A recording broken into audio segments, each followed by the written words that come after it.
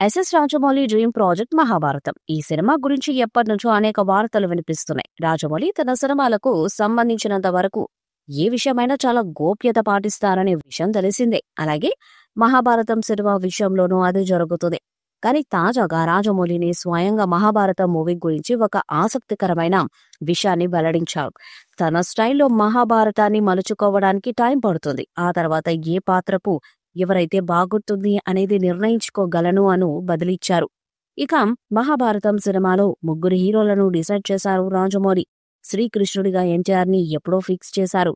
ఇక కర్ణుడిగా ప్రభాస్ ను సెలెక్ట్ చేశారు. ఇక ఈ మూవీలో నానికి కూడా ఒక పాత్ర ఉందని తాజాగా చెప్పారు జక్కన్న. ఈ పాత్రలో నటిస్తారు ఇంకా అని చెప్పలేదు, కానీ మహాభారతంలో నాని కూడా ఉంటారని రాజమౌళి చెప్పారు. మహేష్ బాబుతో సినిమాని పూర్తి చేసిన తర్వాత రాజమౌళి ఖచ్చితంగా తన డ్రీమ్ ప్రాజెక్ట్ మహాభారతాన్ని ప్రారంభించే అవకాశం ఉంది. ఇప్పటికే దీనికి విజేంద్ర ప్రసాద్ గారు స్క్రిప్ట్ పనులను పూర్తి చేస్తున్నారు. మహాభారతం స్పాన్ దృశ్య 3 భాగాలుగా ఫ్రాంచైజీగా దీనిని మలచాలని ప్లాన్ చేస్తున్నట్టుగా కథనాలు వస్తున్నాయి. అయితే ఈ 3 భాగాల కోసం రాజమౌళి కనీసంగా 6 నుండి 8 సంవత్సరాల కాలాన్ని తీసుకుంటారు. మహాభారత కథను సినిమాగా మార్చి కొత్త తరానికి అలాగే ప్రపంచవ్యాప్తంగా ఉన్న ప్రేక్షకులకు మన నిజమైన భారతీయ ఇతిహాసాల గొప్పతనాన్ని చూపించాలని జక్కన్న కోరుకుంటున్నట్టు కథనాలు వస్తున్నాయి.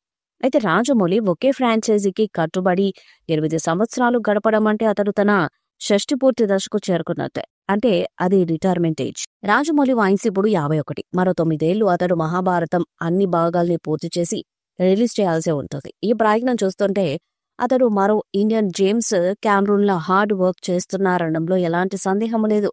ఈ సందర్భంలో విజేంద్ర ప్రసాద్ మహాభారతం ప్రాజెక్టుని ఖరారు చేయడంతో అభిమానులు చాలా ఉత్సాహంగా ఉన్నారు. దేశవ్యాప్తంగా పలువురు ఫిల్మ్ మేకర్స్ మహాభారతం తెరకెక్కిస్తామని ప్రకటించారు. ఆమీ ఖాన్, లింగుస్వామి ఈ రేసులో ఉన్నారు. కానీ వాటన్నిటిపైన లేని ఆసక్తి రాజమౌళి మహాభారతంపై ప్రజలకుంది. ఇందులో మహేష్ బాబు, ప్రభాస్, ఎన్టీఆర్, రామ్ చరణ్, అల్లు అర్జున్ లాంటి పాన్ ఇండియన్ స్టార్స్ నటించే అవకాశం ఉంది. అలాగే నానికి ఒక కీలక పాత్రలో అవకాశం తప్పనిసరి అని రాజమౌళి స్వయంగా అన్నారు.